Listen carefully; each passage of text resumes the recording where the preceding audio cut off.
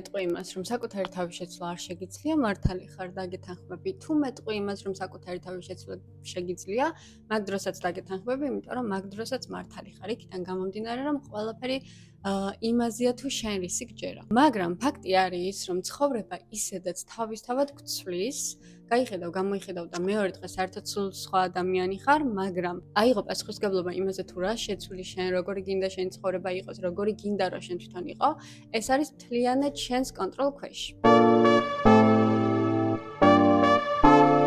გამარჯობა, კეთილი იყოს შენი ჩემს არხზე დაბრუნება, მე ვარ თამთა და დღეს უნდა ვისაუბროთ ისეთ თემაზე, რომელიც ჩემი აზრით ძალიან საინტერესოა, იქიდან გამომდინარე, რომ შინაგან ცვლილებებს ადამიანში ძალიან დიდი სასწაულების მოხდენა შეუძლია. მოდი ვისაუბროთ ახლა საერთოდ იმაზე, რატო შეიძლება რომ ცვლილებები გჭირდებოდეს. არ ქონია ისეთი მომენტი, როცა სხვისთვის შეგიხედავს და გიფიქრია, რომ აი ნეტა ესეთი თავდაჯერებული მეც ვიყო, ნეტა ესეთი თამამე მეც მქონდეს, ნეტა ესეთ რაღაცას მეც ვაკეთებდე, ესეთი ბიზნესი მეც მქონდეს, ესე ვსწავლობდე, ესე თამაშობდე, ესი არის ძალიან გრძელი. მაგრამ ცხოვრებაში არის ადამიანების ორი კატეგორია. ერთი, რომელიც ამ ნეტას ეჭიდება და საერთოდ არაფერს არ აკეთებს და პასუხად აქვს ის, რომ რა ვქნა ესეთი დავიბადე და რა ვქნა ესეთი გავჩნდი და მეორე არის ადამიანების ის კატეგორია, რომელიც აბსოლუტურად ყველაფერს აკეთებს იმისთვის, რომ ის ნეტა გახდეს თავისი ცხოვრების ნაწილი. ღამეებს ათენებენ, ძალიან ბევრჯერ ეცემიან, ძალიან ბევრჯერ დგებიან, მაგრამ რქებით იტაკებიან რაღაცებს, რომ თავიანთ ცხოვრებაში მივიდნენ იმ წარმატებამდე, როგორც თავიანთ ფიქრებში იყო. შენ ცხოვრება რო იყოს ისეთი, როგორც შენ გინდა რომ იყოს, მაშინ ძალიან ბევრჯერ მოგიწევს დისკომფორტში ყოფნა და ძალიან ბევრჯერ მოგიწევს რაღაცების შეცვლა, მოგიწევს რომ წყლის დინების საპირისპირო მხარეს იცურო.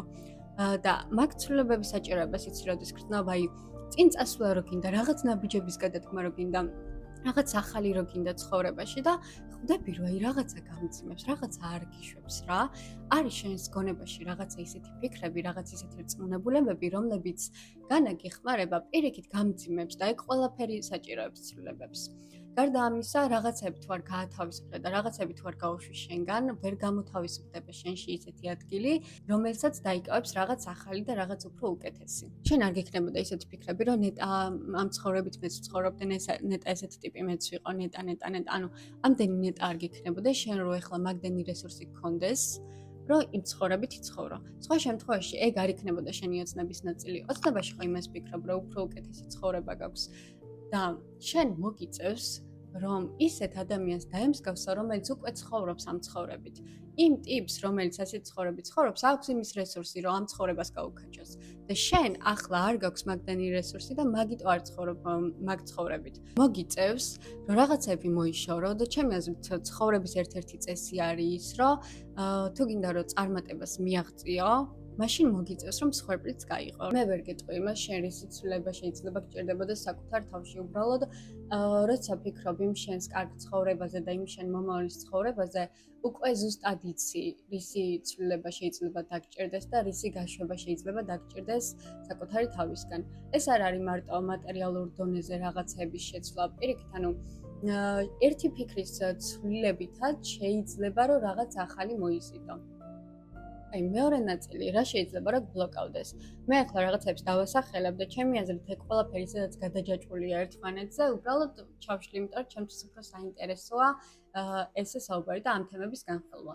ვიტყოდი შინაგან კრიტიკოს, ეგოს, წარსულ ჩვევებს და იმას, რომ რაღაცების შესასვლელად გჭირდება ენერგიის ხარჯვა და ეგ დისკომფორტი არ მოგწევს ჩვენ. შინაგან კრიტიკოსზე წინა ვიდეოში რო ვამბობდი, ნოუთებში რაღაცებს ვიწერდი თქო.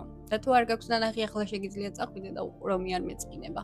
მაგ ნოუთებში რო ვიწერდი რაღაცებს, დავამუღამე, რომ აი ესი არსაიდან ჩემში რაღაცა ხმა მაკრიტიკებს რა. ოკეი, აი, გავიგე რომ ვიღაცამ ერთხელ რაღაცა ნეგატიური მითხრა და ეგ ჩამებეჭდა, მაგრამ როდემდე ხო ვიზრდებით, ხო ვითარდებით და არის რაღაცაები რაც მე შენ თვითონ უნდა შეცვალო რა. შენ დიდ ასაკში, შენ როგორი ჩვევები გაქვს და როგორი ფიქრები გაქვს, მაგის შეცვლა უკვე მთლიანად შენზეა დამოკიდებული. ჩემი შინაგანი კრიტიკოსი მეუბნებოდა ზუსტად ნეგატიურ რაღაცებს და მე ესე ანუ ჰარი-ჰარელოზე მჯეროდა ხოლმე, რომ ხო ესეთი ვარ, მაგრამ აი ზუსტად რო ჩამოვწერე და რომ მივხვდი, რეებს მეუბნებოდა და როგორ მაკრიტიკებდა, მე დავფიქრდი, იცი რაზე, რომ აი საიდან ვიცი რომ ეს სიმართლეა. აი, ჩემმა შინაგან ხმამ რაღაცაზე მითხრა, რომ არ შეგიძლია ეს რო გააკეთო, ანუ არ მიცდია და საიდან ვიცი რომ არ შემიძლია. ან მეუბნება რომ რაღაცაში არ ვარ საკმარისი. ანუ საიდან ვიცი რომ არ ვარ საკმარისი. მე უბრალოდ რაღაცა ხმას ვუჯერებ, ხო? მაგრამ ესე რაღაცა დოკუმენტი ან რაღაცა ისეთი დამამტკიცებელი საბუთი რომ შენ მართლა ესეთი ხარ, არ გაქვს. დღესაც ესე წამომიფრინა და გადავწყვიტე რომ აღარ მომესმინა მაგ ხმისთვის. და იმდენი ვაშიმში ვიყავ, რომ საერთოდ აღარ მესმის ახლა ეგ ხმა. და როგორ ვაკეთებდი ახლა მაგას იცი? აი რაღაცას რომ მეუბნებოდა, რაღაცაზე რომ მეუბნებოდა, რომ ეს არ გამოგივარ, ხარ საკმარისი, ამაში არ ხარ, ამდენად კარგი, ბლა ბლა ბლა რა. ხო მესმოდა ეს ხმა. აი ესე ვიყავი რა, ხელი საქნევით, რომ მე კიდე რასაც მეუბნებოდა. ცნობიერი მქონდა ჩართული აწყვოში ვიყავი და ის რაღაცას რომ მეუბნებოდა, მე ნიშნულოვნად აღარ ვთვლიდი უკვე. და უბრალოდ აღარ ვუსმენდი. ერთი ხერხი რომელიც ძალიან გამომადგა იყო ის, რომ ძალიან, სრულიად საპირისპირო რაღაცას ვაჯახებდი ხოლმე რა. რომ მეუბნებოდა ხოლმე მაგალითად, რომ არ შემიძლია, მე ვეუბნებოდი, რომ შემიძლია. როგორ სერიოზულად კი არა. როგორ ვეუბნებოდი, აი რაღაცა ესე რა, იმხრის ქნევით, რომ ვინ გითხრა რომ არ შემიძლია და სასაცილოდ რო იგდებ მაგ ნათქვამს რა და ისე რო უყურებ, რომ აი კიდია, შენ რას მეტყვი. და შეეხება ეგოს. ეგო არის ისეთი რაღაცა, რომ ოღონდ ხალხო უცხო არაფერი არ გააკეთებინოთ, ოღონდ კომფორტის ზონიდან არ გამოიყვანოთ და ოღონდ არ გაიყინოთ და ოღონდ ცახლიდან ფეხი არ გადაადგმებინოთ, ყველაფერს გაგაკეთებინებთ. აი, ყველაფერზე გეტყვით, რომ ეს საშიშია. ეგოს ძალიან მოსწონს, როცა არის კომფორტის ზონაში და როცა არის თბილად და როცა შენ რაღაც ისეთ ნაბიჯს დგავ, რომელიც უცხოა და ცოტა შეუჩვეველია, მაგ დროს ეგო სულ გეუბნება რაღაცას, რომ არ გააკეთო. არა, დავიღუპებით. რაღაცა დრამებს გიდგავს გონებაში, ხვდები?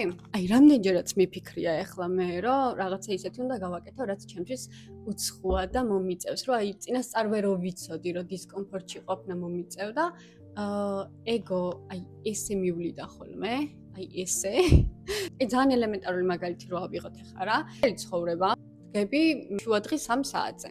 და ერთხელაც მოგინდა რომ რეჟიმში ჩამდგარიყავი და ამდგარიყავი დილით ადრე 8 საათზე და დაგეგმილი გაქვს იმის მერე ყველაფერი რომ მთელი დღე გაწერილი გაქვს რა. ეგ ამაღვიძა რომ რას აკეთებ პირველი თიშავ საწოლში ბრუნდები კიდევ 5 წუთი და რა არის ეგ? ეგოს არ უნდა ეს დილით ადგომები, ეგოს უნდა ის რომ 3 საათამდე იწვეს ლოგინში. იმიტომ რომ დილით შენ ადრე რო ადგე, დისკომფორტი იქნება, თბილ საწოლს მოწყდები, ძილი დაგაკლდება, ეგო გეტყვის იმას, რომ აი კიდე 5 წუთი, ეგო გეტყვის იმას, რომ აი როგორი თბილია ეს საწოლი და ხო ხედავ გუშინ 6 საათი გვეძინა და მოდი დავიძინოთ და ყველაფერს გეტყვის ეგო, ოღონდ არა აყენო. ჩემთვის კიდე ძალიან საინტერესო იცით რა არის ნეირონული კავშირები რა. აი ნეირონების ქსელი არის ჩემთვის ძალიან საინტერესო რაღაცა, იმიტომ რომ ჩვევაზე როცა მიმიდგება ხოლმე საქმე, რომ რაღაც ჩვევა უნდა გამოვიმუშაო, ეგრევე ეგ მახსენდება რა. ესე იგი რა არის ეს ნეირონული ქსელები? ბავშვობაში შენ რო რაღაცას გასწავლიდნენ, რაღაც ახალი ჩვევა უნდა გამოემუშავებინათ შენთვის რა.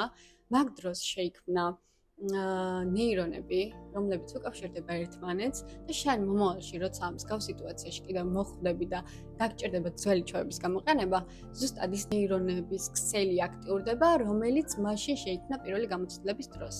რაღაცა პროგრამა გავიარე, მოკლედ, რომელიც იყო ახალი ჩვევების დასწავლასთან და ძველის გარდაქმნასთან რა და ეს ქალიც მაგ ნეირონულ ქსელებზე ლაპარაკობს და მაგალითად მოყავდა ხოლმე სულ ეს და აი ეგ რომ მოიყვანა მაგალითად მეთქი რანაირად რა ცოტა გაკურებული ვიყავი გამოცდაზე რო შედიხარო და ხელები რო გიოფლიანდებაო და რო ნერვიულობო და ყველაფერი რო გავიწყდებაო ჩვევა არისო და მეთქი პირველად შენ რო გამოცდაზე იყავი ინერვიულე იმიტომ რომ შენთვის ეგ უცხო იყო არიცოდი რას იგრძნობდი შფოთვები დაგეწყო ის ეს და მაგ დროს შეიქმნა ნეირონული კავშირები რომელიც კიდევ და კიდევ აქტიურდება იმიტომ რომ შენ მეორე დრო შედიხარ კი წლების მერე კიდე რო შედიხარ გამოცდაზე იგივე რაღაცა გემართება რა ზუსტად ის ნეირონული ქსელები აქტიურდება რომელიც პირველად შექმენი და კარგი ამბავი არის ის რომ ამ ნეირონული კავშირების დასუსტება შეგვიძლია სრულიად არ ქრება მაგრამ ნეირონული კავშირების დასუსტება შესაძლებელია ოღონდ ჩანაცვლებით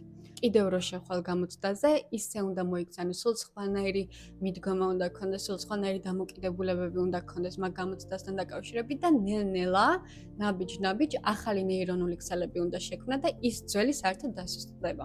რაც შეეხება იმას, რომ დისკომფორტში ყოფნა მოგიწევს ყოველთვის, როცა ცვლილებებთან მიდგება საქმე, ენერგია ჭირდება, მართლა ძალიან დიდი ენერგია ჭირდება ხალხო, ანუ ხანდახან სახე მაქვს ხოლმე ამძრვალი რაღაცეების შეცვლას რო ვიწყებ საკუთარ თავში. ელემენტარული რა, დილით შედიხარ, რაღაცა კბილებს იხეხავ, მაგას შენ არ აკეთებ, მაგას აკეთებ არაცნობიერი.